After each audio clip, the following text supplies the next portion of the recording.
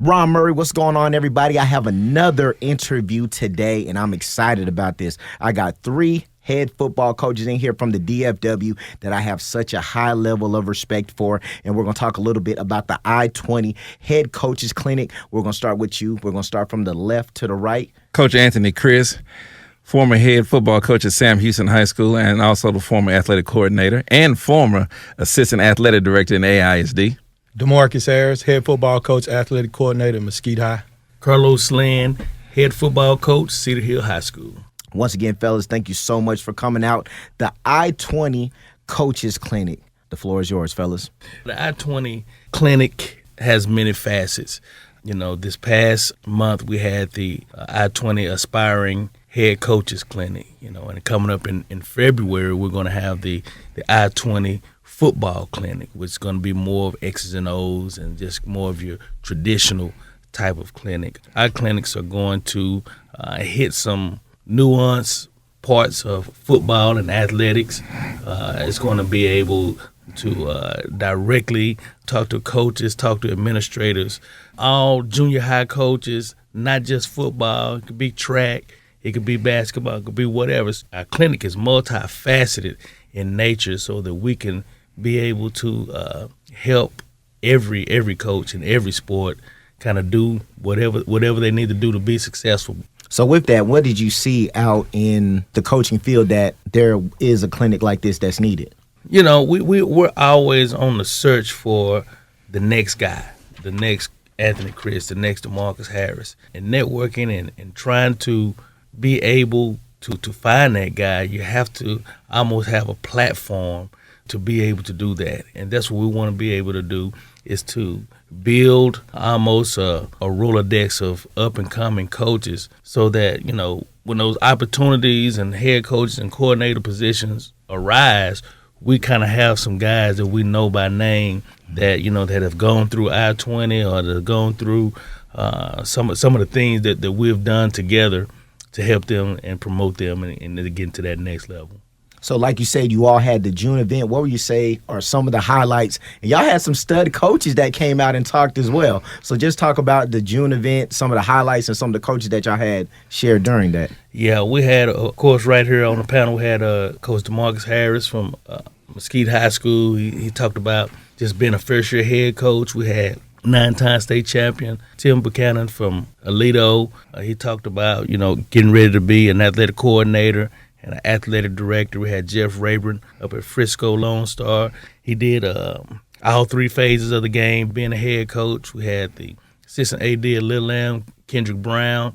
He spoke about championship resumes. Had Channing Hall at Mansfield Summit. He talked about building a network. John Kidner, a head coach at Burleson, former NFL quarterback. That's what he kind of talked about, his transition from being an NFL quarterback to a Texas high school football coach. Laban DeLay out at South Grand Prairie. He just talked about just some of the overall things that a head coach, just kind of a checklist for head coaches. And I had an awesome time, awesome opportunity to really just build coaches, build young coaches, give them an idea of what it's like to really sit in the head coach's seat. And we had just a plethora of different perspectives to be able to do that. And sometimes there are really no clinics that have been catered to helping coaches be head coaches.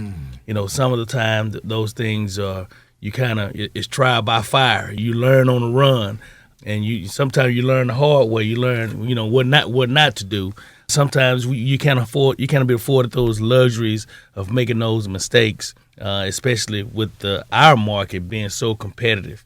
So we want to be able to kind of hammer down just that section that wants to be head coaches. Now, everybody don't want to be a head coach. Everybody don't want that to be their ultimate goal. But for those that do, want to provide an avenue for them to learn and to grow in that area. I want to give you kudos, Coach Lynn. You're here in my face, and I would tell you outside as well. You're definitely creating such a head coaching tree yourself. You have guys that have been on your staff to go on become head coaches, like Coach Harris here. He was out in Cedar Hill. Now he's doing this thing at Mesquite. First year at Mesquite, went to the playoffs. Kudos to you, Coach Harris. Thank you. So how was that season, but even more so the I-20 coaching clinic, how was that for you to go out there and sow into other coaches? For me, it was one of the most powerful things I've ever been a part of, just because of what Coach Lynn talked about. just talking about how to be a head coach, what you should, what you shouldn't do.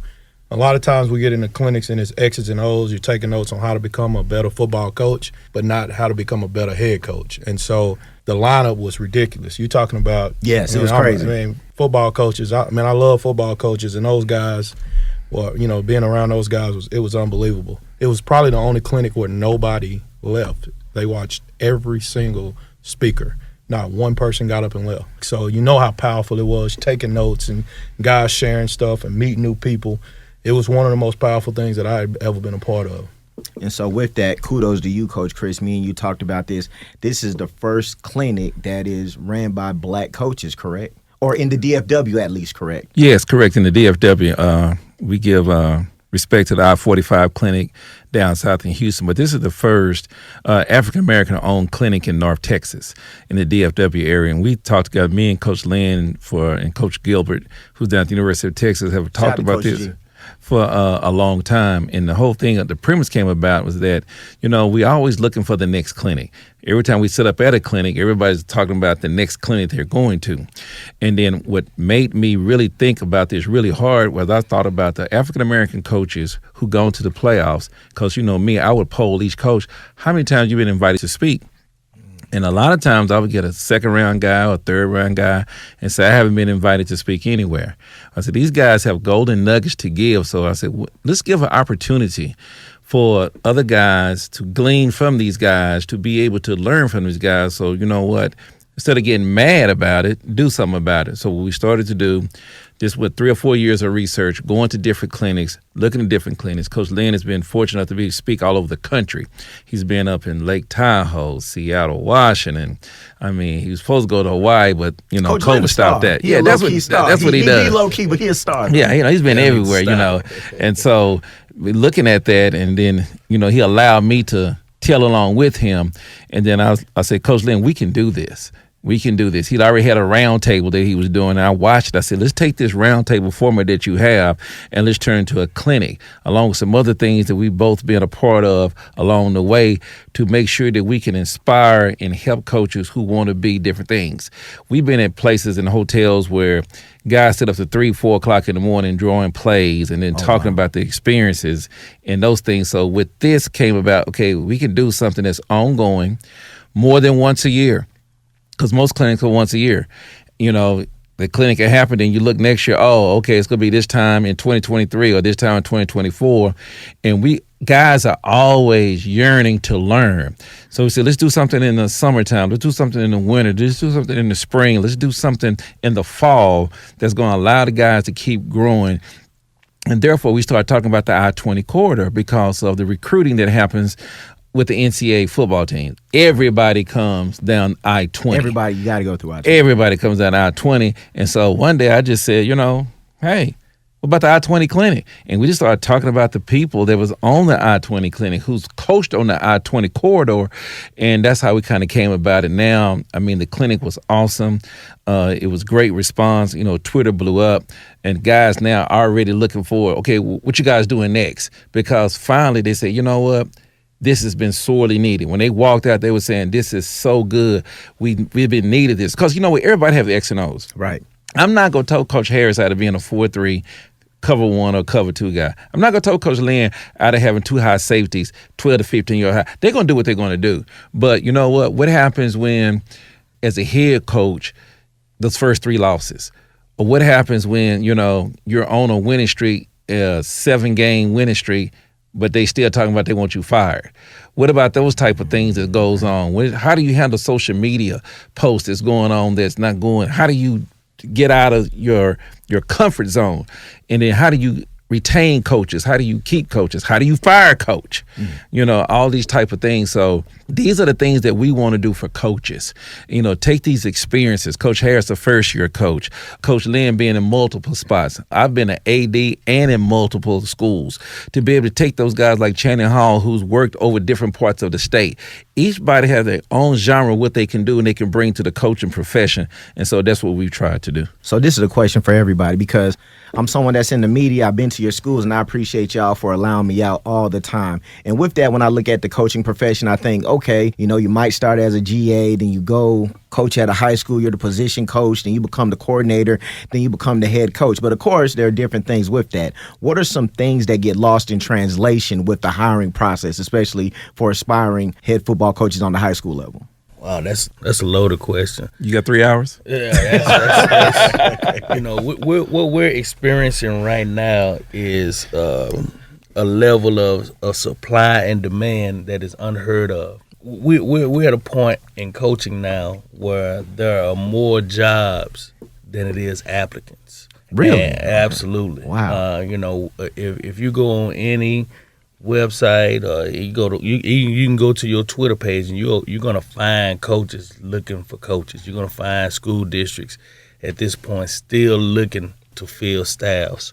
One thing that kind of goes unnoticed if you don't really understand our profession is that a coaching position is always tied to a teaching position. There are very few districts that just allow you to coach only. Okay. So you have to be certified to teach in one of the core subject areas or some type of elective or some type of something in the school in order to be able to set foot on that campus. So you have to be, as a head coach, you have to be able to work with your administration because that principal has to give that stamp of approval when it comes down to the teaching part of it. You can love a coach, but if he goes and she checks his references and he didn't do he's teaching a tested subject and he didn't do well on the STAR test, they're not going to hire that guy. Okay. So those are some of the things that kind of get lost in translation when you're dealing with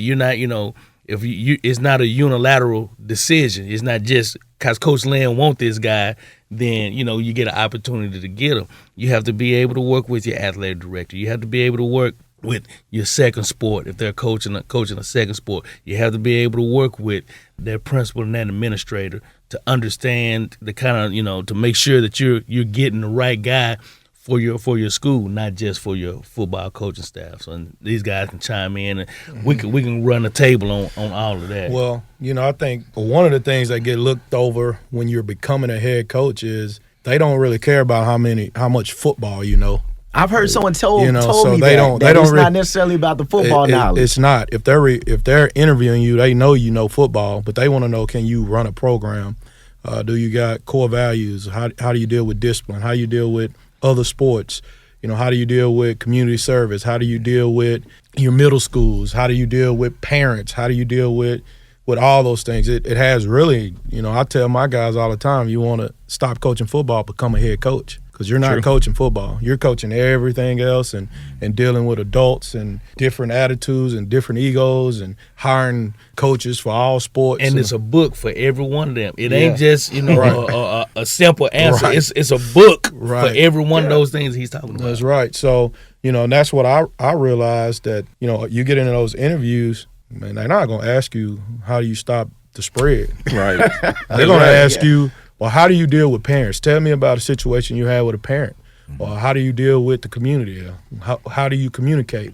What social media are you using? It's way more than football. Football has nothing to do with becoming a head coach. You are the face of a school district, of a place. So they want to know what type of guy you are, how you going to do things, or you organize, or you discipline. Those things are what they're looking for. Yeah, they pretty much answered it. It's just a thing that right now, as Coach Lynn alluded to, is a shortage. What a lot of people don't understand is that we're working against what colleges are having the guys and girls graduate in. We're sitting here and we send our kids out to school. You want to be a coach, don't major in PE. Or you can major in PE. About that. I was going to ask, okay. Make sure you get another certification, history, science. They get to college and the advisors say, hey, you want to coach? It's kinesiology. And then they come back to us and going like, didn't I tell you don't major in kinesiology? I cannot hire you. Yeah. But coach, I want to come back to my old school. I want to come help. No, we told you when you left us, when you was calling us, when you was coming back on holidays to make sure that you major and get this education and make sure you get the right certification. Help me help you. Mm-hmm. And so then you get there, they come out, they have a degree. We applaud them for that, but then they can't get hired. So now they have to spend this money to get into a program, take a test that they could have done while they was on scholarship. Ooh, and so now it happens, you get a shortage. But then now it becomes, a bidding war. So now the school districts will go like, okay, we're going to start you at $64,000 and we're going to give you 15 days and we're going to give you $5,000 for sport. And because if you're English or science or math, we're going to add $8,000 on that. Well, then I'm sitting over here with Coach Lynn going like, well, I can start you at 59. I can give you 10 days and you can probably play for and coach on a state championship caliber team. And so then you go home, wife goes 60 with Coach Lynn, 75 with Coach Criss. You're going with Coach Criss with the 75. And so those are the things that's happening today. So now you're bidding for coaches. Coaches now, what you're seeing now that you didn't never see before, there are more jobs. So coaching school, which we're going to this weekend, used to always be you could go to coaching school and hire a coach because those guys needed jobs. I'll go Sunday, Monday, and Tuesday and not see one guy come by the HR booth looking for a job. It'll be a whole bunch of postings. It used to be a whole bunch of resumes up there. Right. Now it is a bunch of job postings. And then no one comes by. Last year, I stayed there 6 hours. 6. Did not see one person. Not that I could talk to, that any of us could talk to. So now the shift has changed. People are now leaving. COVID did a real big thing on us. Found out you can make money sitting at home. Yeah. So now people are figuring out I can leave and go for 85 and work at home and don't deal with any children. So it's a whole lot of things that dynamics are starting to change. And that's one thing we try to give the profession. We're trying to also give people enough ammunition to stay in the profession, to let them know that, okay, you can do this. It's all about children. It's about kids and affecting lives. And what we're starting to run into now is a lot of, I'm the best play caller. I'm the best defensive guy. I got the best scheme. And what's happening is they get frustrated when it becomes not about schemes, not about calling plays, but about what you can do to grow your community and to grow the child. And so now you start getting into, now we have to figure out, okay, I got a coach. How do I keep a coach? Okay, hey, wives aren't built the same way anymore. Some husbands aren't built the same way anymore. So now it's like, I don't understand why you gone all day. So now it's a shift. You know, it used to be can't to can't, you know, till you can't see the sun, till you can't see the sun. So now those days don't happen anymore because if you work can't to can't, then you're not going to have divorces on your staff. How much would you say that varies with the generation of the ages of the coaches now? Because how do you change it's with 100. the times? It's there. My day is gone. I'm the dinosaur. That don't happen anymore. Right. You know, that doesn't. Wife said, hey, I gotta go at 6 a.m. I see you at 10 o'clock at night. We're going to be in divorce court because they're just not built that way anymore. And it's because of technology, Huddle and all the fancy things. They got the toys that these guys have, you know, and it shrinks the work day. But what we're trying to do now is say, okay, there's a balance. We have shifted. We have changed with the times. We can say, okay, I understand these are the things that we need to do. And so now what I'm trying to help coaches with is that you need to shift too. Yeah, when you started, yeah, you cut the grass. Yeah, you lined the field with diesel. Yeah, you washed the clothes. Yeah, you folded. Yeah, you had to move the water sprinkler.